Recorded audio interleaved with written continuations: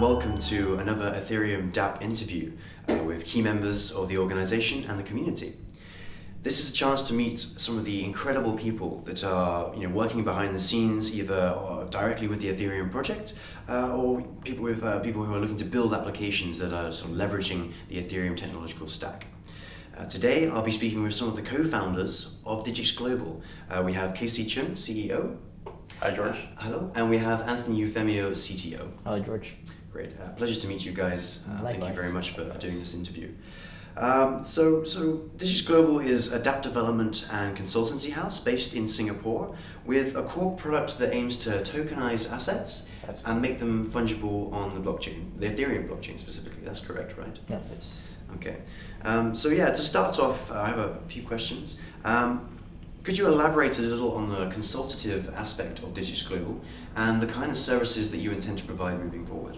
Sure. We have a few asset suppliers that are interested to put their assets on the blockchain itself. Okay. I think their intention is to increase the pool of liquidity in a decentralized marketplace. For now, anyone with an internet connection would be able to get on the Ethereum blockchain and purchase these assets, and that's their intention. So one of the more exciting projects that we are consulting on would be carbon credit trading. The current way that carbon credit is being traded is illiquid and really regional. Mm-hmm. So they have this vision of creating a standardized carbon token to be traded on a decentralized marketplace. Mm-hmm. And we could think of myriads of use cases for that. For instance, you could use it to offset certain carbon emissions when you purchase airline tickets on Expedia. Okay. So I guess you could probably even have it where it links to, say, a credit card, and when you make purchases from the credit card, those products have a carbon value, and it buys back the carbon vouchers to essentially offset any purchases you make. Absolutely. So you would get, say, a credit card mileage, or you could get a discount in your flight. That's very cool. That's very cool. So an interesting question that people in the community might be asking is, how could you help them? I mean, they might have a really good idea or a business premise, but they might not know how to build that on top of Ethereum's blockchain technology. Would you be able to help them with that? Yes, our proof of asset protocol that we came up with is highly customizable for different users. And Anthony could elaborate on it.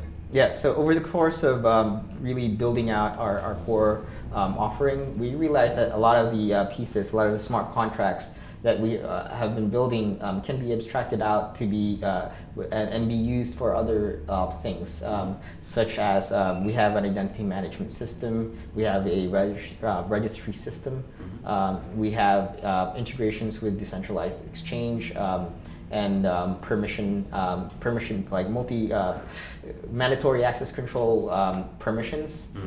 So you can have more granular controls, using the multi-sig technology to assign roles onto the blockchain. You also have a core product, which is the ability to take assets and tokenize them and have them represented on the blockchain itself. Do you want to elaborate on that a little bit? Right. So the first listing that we have would be gold bullion. Okay. Well, so when users purchase and store gold in our custodial vaults, we're able to issue an ownership claim onto the blockchain itself. Sure. It retains the same functionalities as Bitcoin, but it doesn't have the same price volatility because every asset voucher is backed by the asset that you hold in our custodial vaults. Okay. And it's not only limited to gold. Our service is open to other assets that have and represent a great store of wealth, but suffers from the issue of being able to transport it easily. Okay. You're talking about masterpiece paintings, you're talking about antique furniture, you're talking about, say, diamonds or anything of value, and they're all able to be listed on our system. Okay. So how does that work in terms of connecting the blockchain to the real world? Yes, so part of our service is we're also building a document management system that basically allows us to upload, for example, digital versions of the signed contracts, which are actually hashed. So there's a file hash to that, and it's shared on a decentralized peer-to-peer network, so that people can see that there's actual contracts behind these. There's actual legally accepted contracts that a government or a court would actually honor behind all these decentralized apps. Okay. So for example, for our agreements with our custodial vault partner, you can see that there's an actual contract behind it saying, you know, that they are holding the assets and on behalf of the customer. That, for example, the audits that happen on a regular basis on these assets. The vaults, right? Yes. So the vaults, and these are actually attached. These documents are then attached to you know, a contract, so people can see that there's actual physical contracts, real world contracts to, you know, to what we're trying to do. So people can send you gold. You'll audit it, you'll represent it on the blockchain, you'll store it in a vault, and then can you then redeem the gold afterwards? Can you then say send it in the mail to someone? Yes, absolutely. So we have a process called recasting. So for example, you have a 100 gram bar in a vault, and you decide to create 100 digital tokens representing this 100 grams. So you can basically recast, you know, 5 of these vouchers to create a 5 gram bar. Wow. Right? Okay. That's very cool. And the contracts are stated, clearly stated, and honored in Singapore, in the Singapore legal system. So that's an interesting point as well. Is obviously you guys are based in Singapore, and you know I've been going around Singapore a bit recently, and I've had the opportunity to speak to some people in the government and that sort of thing. It seems that they have an incredibly intelligent and sort of, but not light, but you know, as I said, intelligent set of regulations in terms of crypto. I mean, does that help you? Absolutely, it does. That's one of the main reasons why we chose to set up a company in Singapore, because it's proactive to blockchain technology. They wish to, you know, promote it and see it flourishing, succeed. And I think this is the best place to do it. Great. So with the core product of the sort of tokenization, could you probably build sort of allow other people to build dApps around that? Could they how could their dApps interface with you? So exactly. So one of the biggest things that we really found to be important in building our services, and also one of the biggest value propositions that we can offer our customers looking to digitize these assets, is that we want to encourage the other dApp builders to really contribute to the ecosystem, because I think that these tokens, these assets are only really valuable if there's other dApps and other users actually taking advantage of these. So we are going to encourage people to build apps, and we will expose as much of the API to other dApp developers so that they can utilize, for example, being able to create another DAO that holds gold vouchers that equate to a physical asset on a vault somewhere. So over the past few days, we've been doing sort of meetups and workshops. Are you going to continue that? Are you going to sort of help build a community for Ethereum in Singapore? Yes. Yes, I think it's great. We really want to strengthen the entire community in Singapore. We can't do it alone. We need people to work together, to collaborate and build this community together. And we're intending to set up monthly meetups in Singapore. Great. And hopefully we could even host bi-weekly webcasting programming courses. And Anthony, if Anthony is free to do so. Yeah, so we're going to actually do regular hackathons.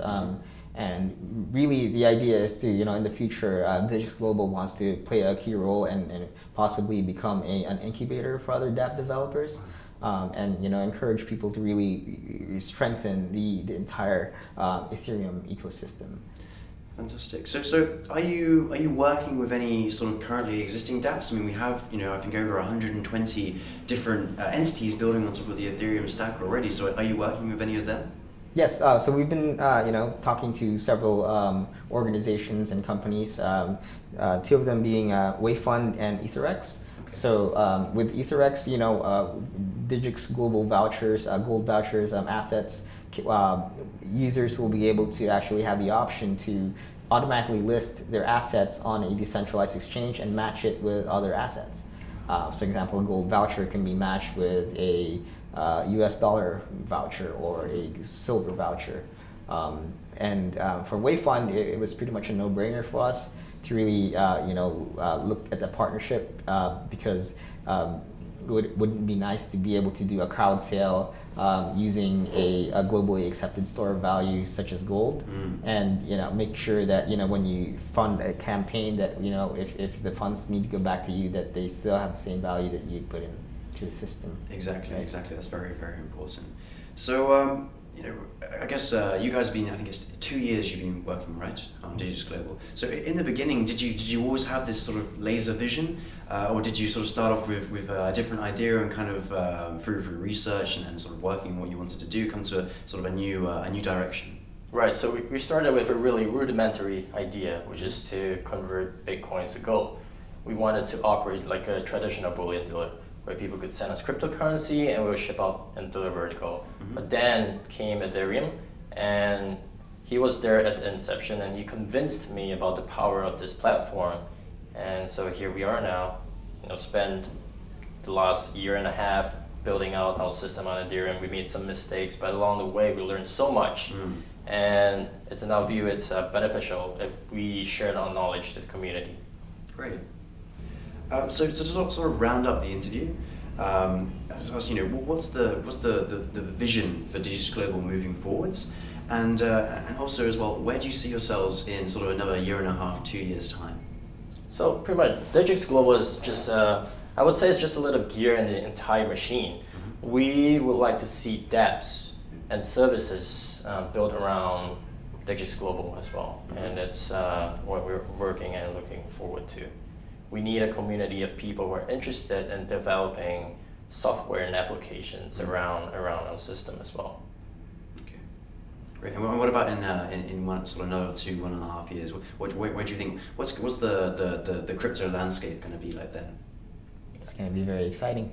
The way I see it is, this is really cutting edge technology. A lot of people still do not understand what can be built and can't be built. So I think that we're sort of leading the way, showing people that that there's a lot of things that you can do. There's a lot of things that you can disrupt with this technology, and I think we want to lead by example, and hopefully there's other people that follow us, and hopefully we grow a big ecosystem with a lot, a new industry. Right. Great. Well, thank you very, very much, guys. I wish you all the best of luck in Singapore. I think it's really great to see Ethereum being sort of understood and leveraged in the Eastern world. I think it's a really, really exciting project. I think hopefully a lot of viewers will agree that Digix sounds great, and they'll be able to start looking at some of your stuff. As I said, it's all open source, right? Yes. So anyone can have a look through your code.